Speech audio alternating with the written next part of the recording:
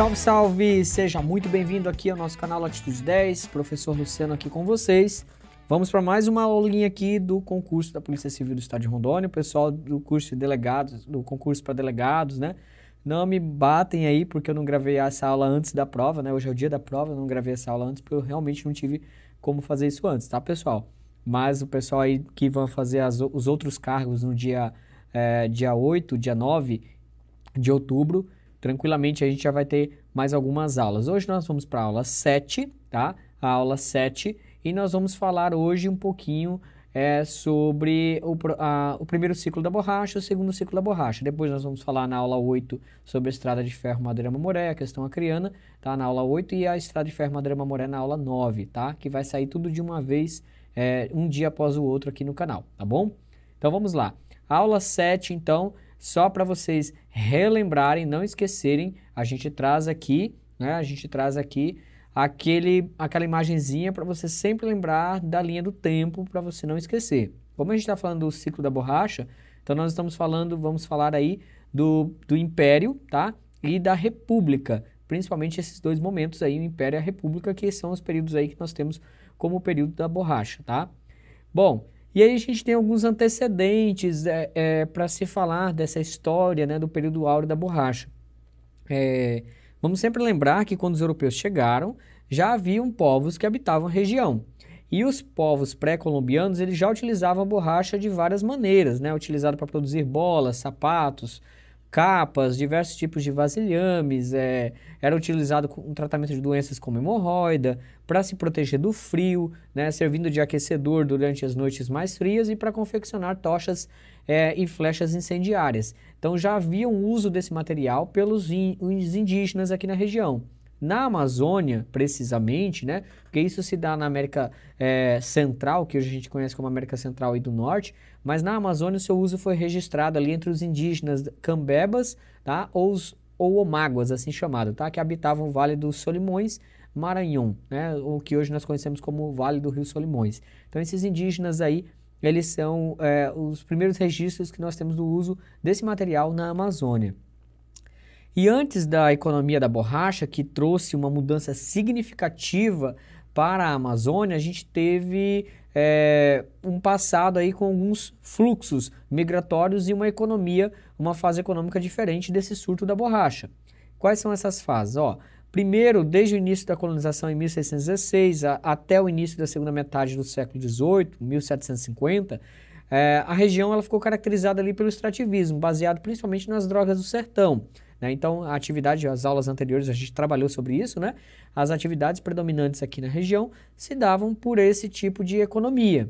E aí, a partir da segunda parte do século XVIII, em 1750 adiante, até 1830, a gente tem ali sobretudo um momento de preocupação com o incentivo à agricultura para garantir o abastecimento das populações que já viviam na região. Então, um ciclo agrícola, assim chamado de ciclo agrícola. Bom, a gente tem que lembrar ali das políticas econômicas da época, né, que favoreceram, então, essas duas fases econômicas. Passado esse período, entre 1880 e 1913, a gente vai ter o período áureo, tá? Período áureo da borracha. O primeiro ciclo da borracha ele se dá em 1870 a 1912 e o período áureo aí até 1913, tá? Então essa região ela vai tomando outras feições. Cidades vão se desenvolvendo, como Manaus e Belém principalmente, ao surgimento do núcleo que deu origem à cidade de Porto Velho, tá? Então vai ter uma mudança significativa, então mudanças econômicas, sociais, culturais, choques de civilizações, tudo isso vai acontecendo nesse período. E aí nós vamos ter a primeira coisa importante que você, concurseiro, deve lembrar, a leva de nordestinos e estrangeiros de diversas procedências que são atraídos aqui para a Amazônia. No primeiro ciclo da borracha, muitos nordestinos eles são atraídos para vir trabalhar nos seringais. E aí nós temos os investidores também que vêm em busca dessa riqueza, os investidores que se fixaram principalmente em Belém e Manaus, que além de Porto Velho, mas muito mais forte, muito mais presente em Belém e Manaus, inclusive traz feições muito diferentes para essas cidades nesse momento, é o que nós chamamos da Belle Époque, é um período de bela época, essas cidades se desenvolvem, chega eletricidade, chega bondes, teatro, cinema, cinema não, né, gente? Várias atrativos urbanos, uma remodelação urbana naquele momento, e essas cidades vão se desenvolvendo em torno de toda essa riqueza que era a borracha naquele momento. Bom, mas para a gente chegar até aí, a gente precisa lembrar dos primeiros estudos sobre esse material. Os europeus, quando se depararam com esse material, eles quiseram estudar. Então, o Charles Marie de la Condamine, em 1743, ele fez ali, tem um registro dos primeiros estudos de um europeu estudando esse material. E ele não descobriu absolutamente nada, ele deixou de lado. E aí vem Charles Goodyear, tá? Charles Goodyear, ele em 1839, por acidente, ele descobre o processo de vulcanização e tornando essa borracha, então esse material mais resistente. Ele percebe que esse material, após o processo de vulcanização, ele fica muito mais resistente, então sendo possível utilizá-lo na indústria. A gente tem que lembrar que a Revolução Industrial, ela começa ali em 1750, a primeira Revolução Industrial. Então, a produção em larga escala, os materiais começam a ser elaborados de melhor maneira a partir de então. E aí a gente vai ter uma questão importante que são os primeiros seringais, né? Como que foi se desenvolvendo essa economia, e a gente vai ter os primeiros seringais na região, que eles são aqui, ó, localizados na região de Belém, tá? Localizados ali na região de Belém. O início dessa exploração se dá aqui nessa faixa, tá? De Belém, a Ilha do Marajó e assim por diante. E a técnica de extração do látex da seringueira era chamada de arroxo, que era extremamente prejudicial à árvore. O que era esse arroxo? Pegava-se cipós da floresta, fazia-se cortes nas árvores, nessas árvores da Hevea brasiliensis, né? E fazia os cortes e pegava o cipó e estrangulava essa árvore, ou seja, a árvore seria morta logo após, né, a extração desse látex. Isso foi tão forte, esse sistema ali, ele foi tão presente nessa primeira fase de exploração, que antes de ser proibido, ele fez com que desaparecesse a Hevea brasiliensis ali na área que deu início a esse processo de produção do látex. A região de Belém foi praticamente extinta a árvore na região por causa dessa forma de extração do látex. É semelhante ao que a sucuri faz no ataque a uma sua presa, né? Que ela estrangula a presa. A mesma coisa era essa técnica de arroxo, era um estrangulamento ali da árvore para retirar o máximo possível de seiva dessa árvore. E aí, percebendo que isso não era vantajoso, né? O governo à época proibiu essa técnica, tá? Então, deixa eu voltar aqui. Então, olha só. Essa técnica, então, ela fica proibida, e aí os seringais começam a avançar pela Amazônia. Com essa mudança e com essa, vamos dizer assim, extinção do látex nessa região, começa-se, então, um movimento de migração para os interiores dos rios amazônicos, principalmente Rio Madeira, Rio Purus e Rio Juruá, o Vale dos Solimões como um todo, né? Começa a se migrar pessoas para essas regiões em busca da extração do látex. E aí que vai começar a gente a falar aqui da nossa região. Então, os rios Madeira e seus afluentes, principalmente aqui o Guaporé, o Rio Mamoré, né, começam a vir pessoas em busca desse látex. E aí vamos ter aqueles choques, né, de grupos vindo para a extração do látex e o contato com os indígenas que já viviam na região e outros povos que já estavam ali desde o período de escravização africana, também na região do Guaporé. Então começa a ter ali um fluxo maior de pessoas passando por esse ponto. E isso se dá graças ao aprimoramento das técnicas, né, que resultou numa elevada produção de látex e colocou o Brasil, a Amazônia brasileira, em destaque internacional nessa produção do látex. Tá, ok? Então vamos lá. E aí a gente tem esse movimento migratório. Por que isso aconteceu? Você tem que sempre lembrar de algumas coisas importantes. Estados Unidos e Europa, que haviam já se industrializado, já tinham um processo de industrialização acontecendo, principalmente os Estados Unidos nesse momento, que estava se industrializando rapidamente, precisavam do látex para diversos produtos, dentre eles pneus, né, borracha para pneus de veículos. Então, essa crescente demanda dos Estados Unidos e Europa forçou com que o Brasil se colocasse na periferia do processo capitalista, como atualmente ainda somos periferia nesse processo. Como assim? Fornecedores de matéria-prima. Qual matéria-prima? O látex.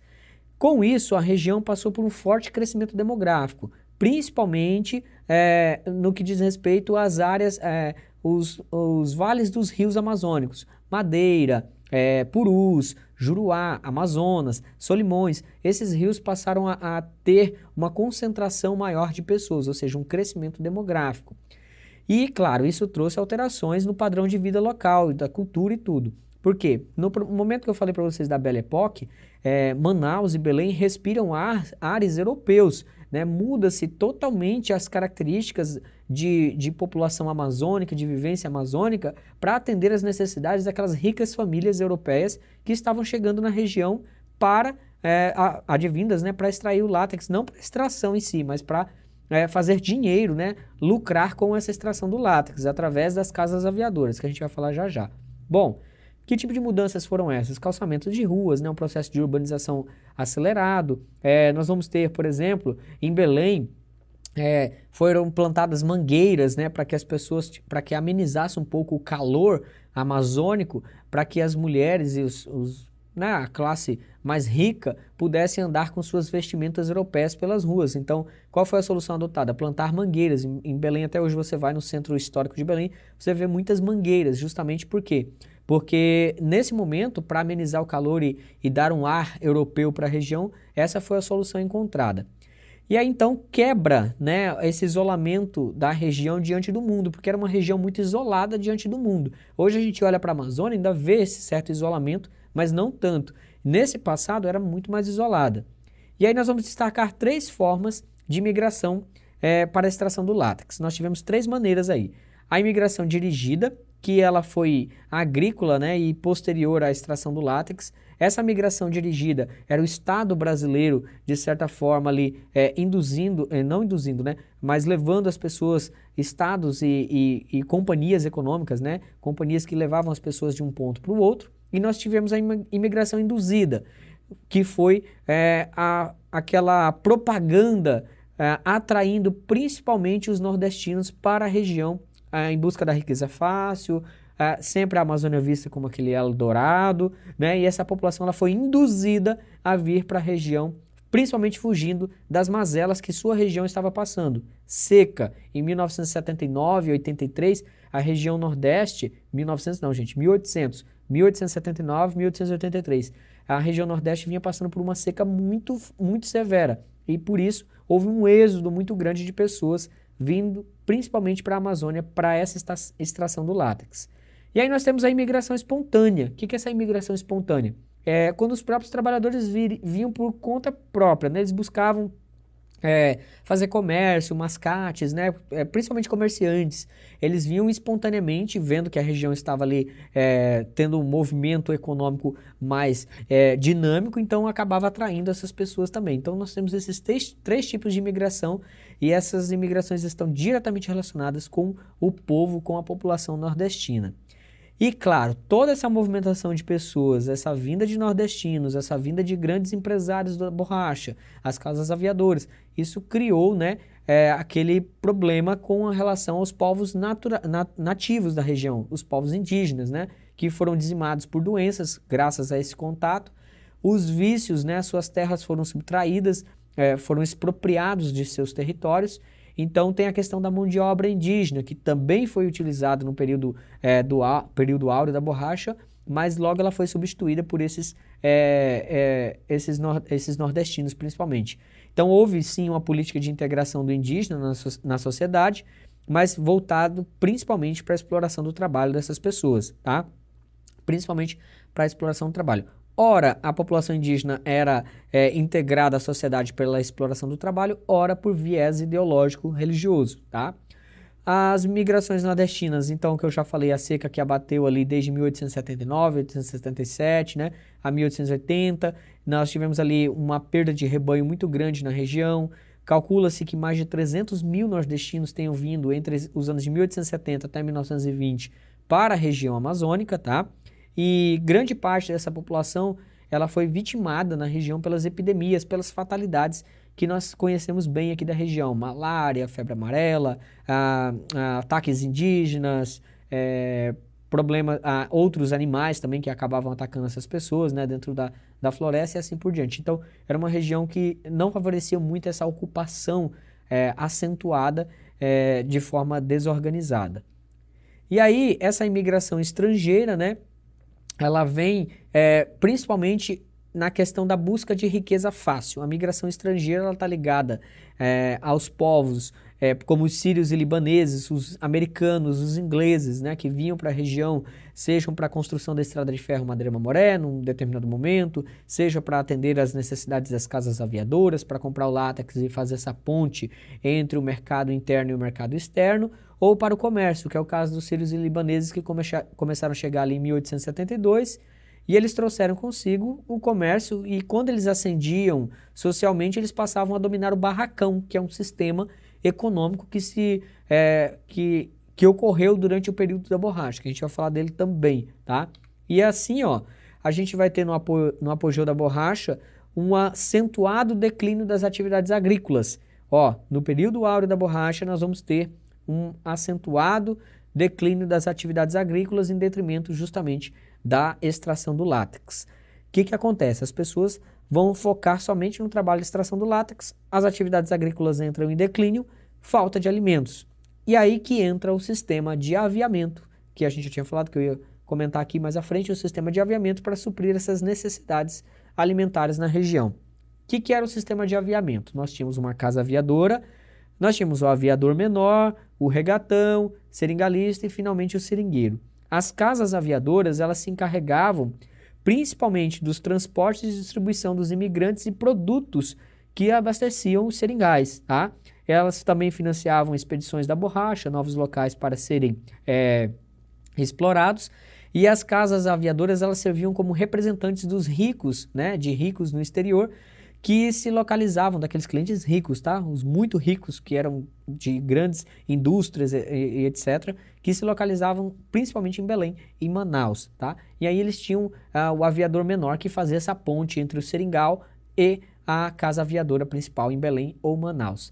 As casas aviadoras, o sistema de aviamento, ele veio para suprir essa necessidades alimentares da região, fornecendo produtos para o seringal ao troco da borracha. A moeda que circulava na região era o látex, tá?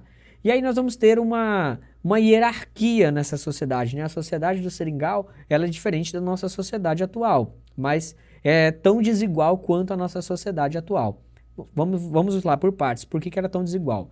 Bom, nós tínhamos o seringalista, ou que chama também, alguns autores, eles chamam também de aviador menor. Pessoal, para essa aula de hoje eu estou usando aqui como referência o livro do professor Célio Leandro, estava esquecendo de falar, tá? E estou usando também o livro, deixa eu pegar aqui, tá? Eu estou usando aqui o livro do professor Alex Paletó, tá? Professor Alex Paletó, e eu vou deixar aí embaixo na descrição os links com os contatos, tá? Dos dois, para que vocês possam buscar essas informações. Bom, vamos lá. O seringalista, ele recebia os suprimentos do comerciante e repassava ao seringueiro através do barracão, do sistema de barracão que ficava dentro do seringal. O seringueiro negociava com a seringa, né, com o látex que ele coletava, em troca de dinheiro e mantimentos. Também esses mantimentos aviados ali pelo seringalista, ou seja, o seringalista ele colocava o preço na borracha e ele colocava o preço nos alimentos. Era um sistema que o seringueiro ficava preso nesse sistema de aviamento, tá? Os seringalistas disputavam territórios com outros seringalistas, né? Esses territórios ricos em árvores produtoras. Como que funcionava isso? Olha só, a gente tinha assim, ó, um rio, tá? Um rio, e o seringueiro dizia, ó, dessa curva aqui até essa daqui, isso aqui tudo é meu. Tudo isso aqui é meu. E a ordem era pelo respeito. Quem não admitisse, tá? Quem não admitisse entrava na bala. Era mais ou menos assim que funcionava. Então os latifúndios era muito comum. Se a gente pegasse assim, ó, um rio qualquer, e o seringueiro dizia que desse ponto do rio até esse ponto do rio, ao infinito e além, pertencia a ele, tá? Toda essa área aqui pertencia a ele, logo, tá? Logo essa área aqui pertencendo a ele, outro seringalista não podia tomar essa área. Então, era comum que se tivesse o latifúndio. O seringalista ele não era o dono daquela área, ele tinha uma concessão do governo para extrair ali o látex, tá? Então, a república do latifúndio, vamos dizer assim, era comum nessa época. Então, já sabemos aí que era uma sociedade muito desigual. O seringalista não era apenas o patrão, né? Ele era também a autoridade no seringal. Não existia polícia, não existia força do Estado sobre esses territórios. Então, o seringalista ele também era, de certa forma, a autoridade policial também do seringal. Então, ele regia todas as regras, tudo que acontecia dentro do seringal. Então, essa estrutura social ela funcionava assim, ó. Nós temos o gerente, né? Depois do seringalista a gente tem o gerente, que ele funcionava como um subpatrão, dirigia tudo no seringal ali na ausência do seringalista. O guarda-livro, que era a escrituração comercial, o registro, contas, talões de vendas, etc. O caixeiro, que era responsável pelo barracão da borracha, abastecimento e pesagem das pelas de borracha. Os homens do campo, conservação e benfeitorias do seringal, retirada de madeira para construção, inclusive. O comboieiro, que era incumbido de transportar comboios, mantimentos e borracha. Esse trabalho aqui era feito principalmente por indígenas, tá? O comboieiro. O mateiro, que fazia o reconhecimento prévio das árvores para o corte. E o toqueiro, que adentrava a mata, abrindo estradas para facilitar o processo, né, de retirada, de levar esse látex até a base do seringal. Então nós temos essa estrutura. E nessa estrutura toda, o último lá, nós vamos ter o seringueiro, que era o encarregado da extração do látex. Geralmente era um nordestino, na maioria das vezes. Ele trabalhava em torno de 16 horas por dia, tá? Em média, isso em média. Morava em barraca de palha, alimentava-se de farinha d'água e jabá, do arroz e conservas que geralmente pegava-se lá no barracão e essas conservas geralmente estavam estragadas, né? Então ele se tornava um alvo muito fácil das fatalidades da região, das doenças, né, dos animais. Extraía cedo o látex, ele acordava bem cedo, extraía cedo o látex, ao entardecer recolhia e começava a fazer a coagulação do látex à noite, né? Vivia solitário em meio à floresta, sonhando que um dia ia voltar para sua terra e isso nunca, na maioria das vezes, nunca aconteceu porque acabava ali morrendo em meio à floresta, sucumbindo às doenças, às enfermidades que era comum na região. Bom, e aí nós temos essa relação entre o seringueiro e o seringalista, né? Se era um empregado ou tarefeiro. Essa é uma relação muito complexa. A terra, como eu disse, era de quem chegava primeiro, né? O seringalista tinha essa questão da terra. Os limites, então, impostos também pelo respeito. O seringueiro muitas vezes agia com esperteza para com o seringalista e vice-versa, né? A fraude entre eles era bilateral. O seringueiro muitas vezes colocava pedras dentro no momento de coagulação da borracha, ele colocava pedras e outros materiais para pesar mais. E aí, com isso, o seringalista ele também baixava muito o preço do látex, né? Então, um ficava ali tentando passar a perna no outro. E esse movimento, essa prática de se colocar materiais dentro da borracha fez com que o preço da borracha dos seringais do Brasil caísse no mercado internacional justamente por causa dessa prática, tá? De colocar resíduos dentro da borracha. E aí a indústria começou a falar, olha, não dá para comprar essa borracha, que é uma borracha muito suja, vem com muita porcarias, né? Muita pedra, etc. Bom, e quem era o regatão? Nessa estrutura nós tínhamos o tal do regatão, que ele é primordial, tá? O regatão ele percorria os rios da Amazônia em embarcações, tá? Em pequenos barcos e canoas.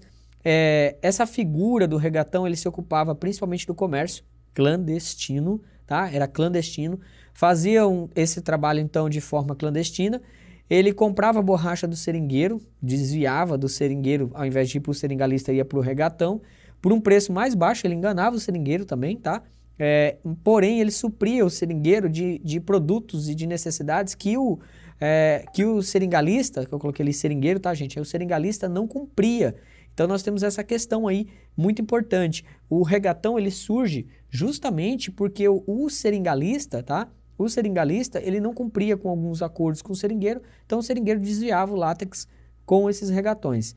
E aí, em Porto Velho, só a nível de curiosidade, eu trouxe isso aqui do site do professor Alex Paletó, tem a notícia de um desses regateadores da Amazônia, a figura de Isaac Bequimol, tá? Que ele está enterrado lá no cemitério da Candelária no ano de 1913. O mesmo vivia desse comércio pelo Rio Madeira, oferecendo produtos dos mais diversos aos ribeirinhos, seringueiros e comunidades tradicionais. Então o regatão é essa figura aí de um comerciante clandestino que fazia esse comércio aí de forma clandestina com os seringueiros, tá bom? E é claro, a gente vai ter a decadência desse primeiro ciclo da borracha e como que ele acontece, por que ele acontece. Vamos lá por partes.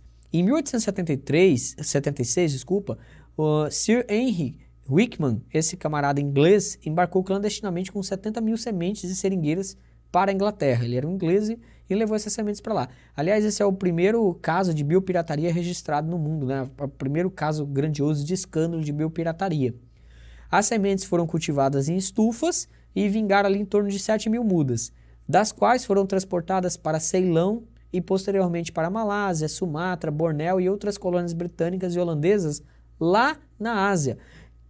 Vamos lembrar o seguinte, essas colônias elas estão numa faixa equatorial do planeta, essas antigas colônias, né, que hoje não são colônias, elas estão ali numa faixa equatorial do planeta com um clima muito semelhante ao clima amazônico. Então essas mudas se deram muito bem por lá, tá?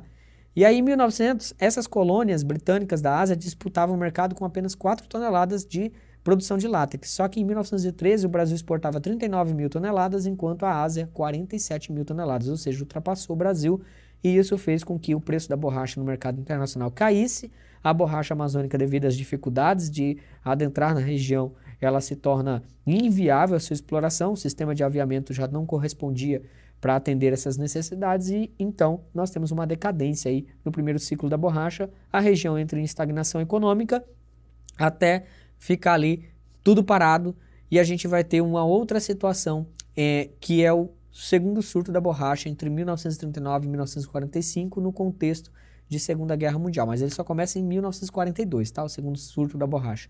Mas ali entre 1939 e 1945, com a Segunda Guerra Mundial, os Estados Unidos entram num grande conflito, o Japão bloqueia então o comércio do Oriente, justamente a área produtora de borracha, tá? E aí em 1942 os aliados se voltam para a Amazônia, o Brasil e os Estados Unidos assinam acordos e tratados de Washington, chamados assim, e aí em 1942 e 45 cerca de 100 mil nordestinos, de novo os nordestinos, chegaram à região, à Amazônia, os chamados soldados da borracha, que vieram para trabalhar nesses seringais. E havia uma propaganda do governo Vargas, tá? Havia uma propaganda do governo muito forte para essa migração de nordestinos para trabalhar. Uma questão de fazendo aquele nacionalismo, né? Uma busca de um nacionalismo a fim de obter outros objetivos. Os Estados Unidos ofereceu muito dinheiro para o Brasil aceitou esse dinheiro, em troca disso o Brasil dava força de trabalho para os seringais. Aí a gente tem até alguns cartazes que eram distribuídos à época, né? Extrair a borracha para a vitória, colaborar no esforço de guerra, mais pneus para a vitória, sempre utilizando essa palavra vitória, de que o Brasil estava na guerra, de que o Brasil precisava vencer a guerra junto com os aliados e assim por diante, tá? E aí a gente vai ter, nesse momento de 1942, 45, em 1943 foi executado então o movimento da segunda grande leva migratória. Foi criado a SENTA, o Serviço Especial de Mobilização de Trabalhadores para a Amazônia, a fim de trazer pessoas mesmo. A maioria dos soldados jamais retornou para suas localidades, acabaram sendo vítimas das fatalidades da região, tá? Em 2003 foi instaurada uma CPI na Câmara dos Deputados para apurar a situação dos trabalhadores enviados à Amazônia e após o fim do conflito a região de novo entra em estagnação econômica, entra ali num período sem uma atividade econômica e aí a gente vai ter um êxodo muito grande de pessoas, outras se fixam na região, mas aí a gente vai ter esse êxodo enorme aí de pessoas, tá bom? E olha só, a prova de hoje, 25/9, tá? Para o cargo de delegado, caiu uma questão aí falando sobre esse momento, o ciclo da borracha. Um dos candidatos me mandaram a foto da prova, tá? Por isso que tá assim, gente, riscado, tá? Acerca dos ciclos da borracha no Brasil, assine ali a opção correta. Letra A. No final da década de 70 do século XIX, devido a uma severa seca no Nordeste, milhares de nordestinos migraram para a Amazônia, em busca de trabalhar no então crescente mercado de extração do látex, suprindo assim a falta de mão de obra na região naquele período. Aí a gente tem ali algumas outras alternativas, mas a resposta aí, gente, é a letra A. Ó. Por que não é a letra B, nem a letra C, D e E? Olha lá, o crescimento econômico na região amazônica durante as décadas iniciais do século XIX foi possível devido à exportação da seringueira. Nós não importamos, nós exportamos. Aí ali, após a Segunda Guerra Mundial, devido ao bloqueio do acesso americano ao suprimento de borracha a partir da Ásia, o governo brasileiro e o estadunidense fomentam fortemente a produção da borracha na Amazônia, o que consequentemente fez o Brasil alcançar seu auge na exportação da borracha amazônica. Não foi após, foi durante, tá? Então por isso que essa daí está errada. O Brasil, desde o início do século XIX, mantém supremacia no comércio internacional de borracha. A borracha nem é mais um produto assim de grande valor, já que nós temos a borracha sintética atualmente, então não faz sentido mais a exploração da borracha amazônica, através da seringueira. Na atualidade, as toneladas de borracha fabricadas por ano no Brasil têm como matéria-prima o látex obtido na Amazônia, onde se usa um modelo de produção de seringais plantados, que substitui o antigo modelo de coleta do látex em seringais nativos. Não. Até hoje, o pouco que se extrai ainda é desse modelo de seringais nativos. São poucos seringais ali plantados, tá bom? Bom, pessoal, nessa aula agora sobre o primeiro e segundo ciclo da borracha, nós ficamos aqui e nós voltamos com a outra aula para falar da questão do Acre e para falar da estrada de ferro Madeira-Mamoré. Mais 2 aulas aí, ainda essa semana, tá bom? Muito obrigado, até mais.